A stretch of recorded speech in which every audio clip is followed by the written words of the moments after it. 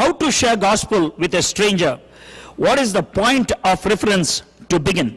When you want to share the gospel to a listener, let me tell you one thing. When you want to introduce a product to somebody, you have to allow them to see that you are using that product. Simple marketing language. Like, for example, you go to a house and they're having a machine that cuts onion. It's a very nice machine. Your eyes don't burn, and the onions are really small and very nice. They cut the onions, and as they are cutting, they will say, "Ekkada konnaru? Bagundi." That's where you introduce the product. You use the product, and that's how you introduce the product. The best reference point for gospel is your life. Is your life. You got my point? When people look at you, Bible very much clearly says, when they ask you the reason for the hope you have, Peter 3:15, when they ask you the reason for your hope, then you give the reason. Then you give the reason with gentleness and with humility, the reason for your hope. So the reference point is not outside you, it's inside you. You are the reference point. You become the reference point. Like, let me tell you one thing. You want to introduce Jesus Christ. Jesus Christ is unknown. Jesus Christ is unseen. Jesus Christ is invisible. How do you introduce unknown, unseen, invisible person through a visible person? That's you. You become the channel of presenting the gospel. So when the people look at your life, they have questions. And when the question, that becomes the starting point.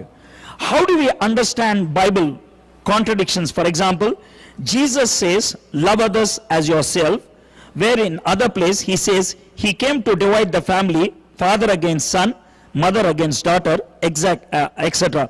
There is no contradiction here, not at all, not at all.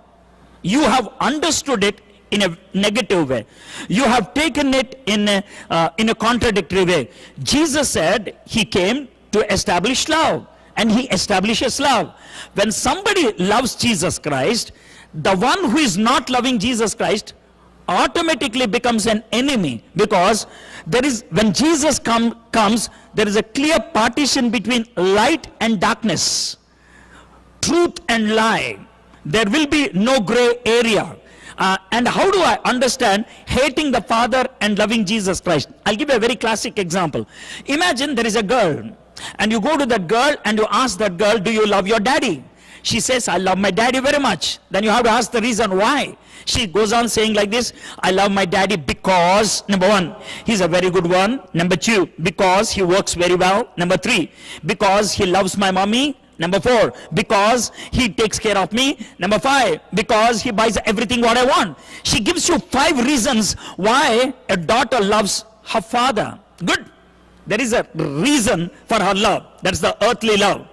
But imagine that father is a horrible guy, abuser, living with a different woman, having a horrible lifestyle. And if you go to the same daughter and ask, do you love your daddy? She says, I hate him. I wish I was not her daughter. She goes on blabbling all and that. But if she's a believer, now let me tell you, if she's a believer, if she loves Jesus Christ, do you know what she does? She goes to Jesus and says, Jesus, I love you so much.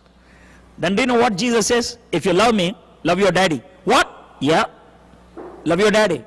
Even though he's a drunkard, even though he's an abuser, even though he doesn't live with your mom, you love him. So that's the divine love. So that's what Jesus wanted to teach here. So when you love Jesus, okay, that love predominates every other love in this world. Okay.